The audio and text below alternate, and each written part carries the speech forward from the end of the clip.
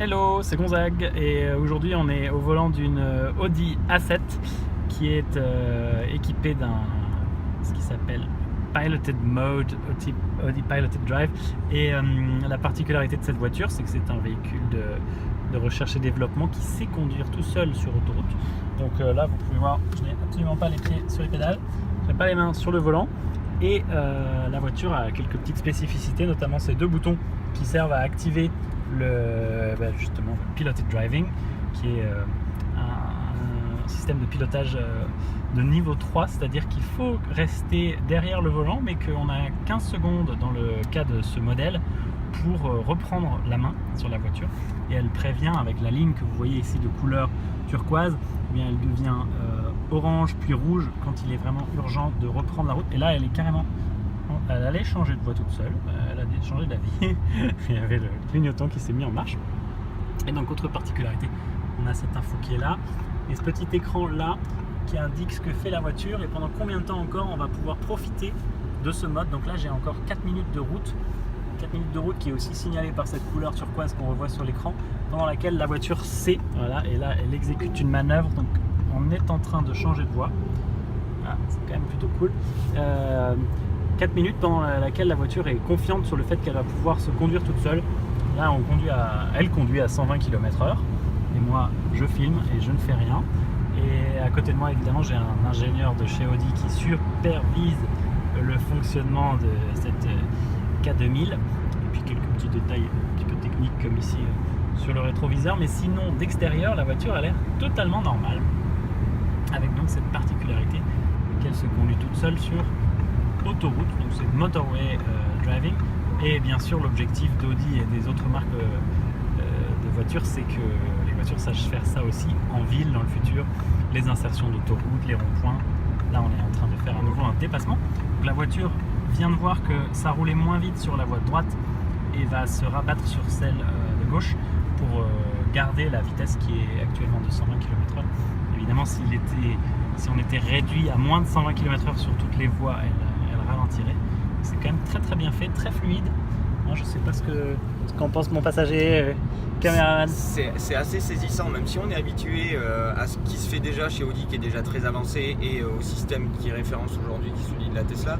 On a quand même quelque chose qui est super smooth, c'est-à-dire qu'on n'a aucun à-coup, la voiture réagit en toute intelligence et on sent qu'elle fait bien le travail avec les capteurs pour détecter qu'il n'y a personne dans la file avant de s'insérer dans la file. Elle met bien les clignotants, elle anticipe bien ce qui se passe devant et sur les côtés. C'est assez bluffant, je dois dire. Merci. Est-ce qu'elle conduit mieux que toi? Ouais, elle conduit au moins aussi bien que moi là, sur cette partie-là. Donc là, on a 3 minutes encore de conduite de façon autonome. Alors, autre particularité de la voiture non visible, mais elle contient des lidars, c'est des radars laser. Donc c'est un système qui tourne à toute vitesse avec un laser et qui va scanner en permanence tout ce qui se passe autour d'elle. Ça lui permet une bien meilleure compréhension que les capteurs plus classiques, puisque ça fait vraiment la profondeur, le relief. Il y a énormément d'informations qui ressortent de ça. Le problème du lidar, c'est que ça marche pas très bien quand il pleut. C'est utilisé par tous les véhicules de Google là, par exemple, mais pas que. Et d'ailleurs les voitures qu'on voit de Google Maps qui scannent les rues utilisent aussi le lidar. C'est marrant, c'est une technologie qui a vraiment décollé avec les voitures autonomes, en tout cas dans le domaine de l'automobile. Comme vous voyez depuis tout à l'heure, je ne conduis pas et il nous reste 2 minutes de piloted driving. Donc je vais reprendre la vidéo dès qu'on sera à la fin. Il me reste 1 minute de conduite en mode piloted driving, donc je vais devoir à nouveau faire des efforts. Et oui, la vie est épuisante. La voiture vient de me l'indiquer par oral. Pour l'instant, on a le compte à rebours qui s'affiche sur ce petit écran, mais aussi vous allez voir la bande qui est là va changer de couleur, et puis je devrais abandonner mon téléphone pour reprendre ce que la loi m'oblige à faire, à savoir avoir les mains sur le volant et mon attention sur la route.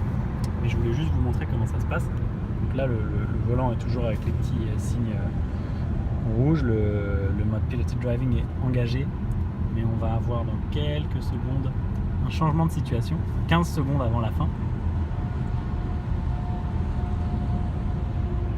Tac tac tac, suspense. Elle va me le redire peut-être. Prepare, get ready.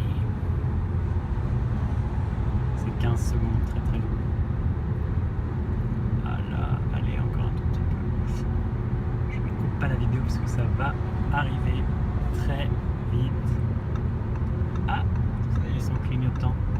Ah oui, on va devoir sortir. Donc elle exécute une manœuvre, elle nous met dans la voie de droite. Ouais, elle se rabat. Et là, moi, je vais devoir reprendre le volant. Donc, on va avoir un petit message. En fait, c'était un peu plus qu'une minute finalement, mais... Piloted mode will be deactivated in 15 Donc, seconds. dans 15 Please secondes, take over driving. ce sera fini. Reprenez la conduite et ça va aussi passer en orange. Normalement, voilà, ça passe en orange. Et là, le volant revient vers moi, donc je le lâche. 15 seconds. Please take over driving.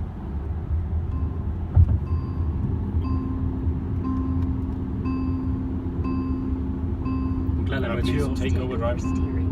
Yeah, please do so. Tiens, reprends Otherwise it will mets la start. main vraiment sur le volant. Yeah, otherwise it will start. Ah, okay, that's to pressure brake. cap. Pressure.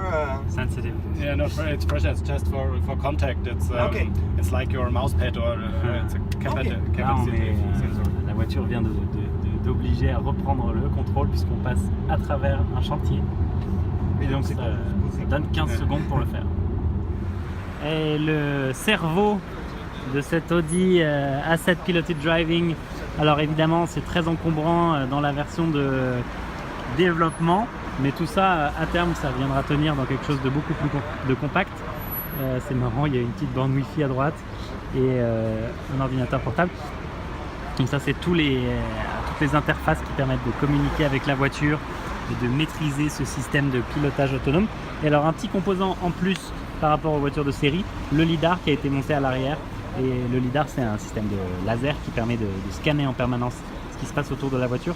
C'est ce qu'on vous a montré tout à l'heure. Et grâce à ce lidar on a vraiment une bien meilleure compréhension de l'environnement de la voiture. Alors évidemment ça fonctionne moins bien s'il pleut beaucoup ou s'il neige.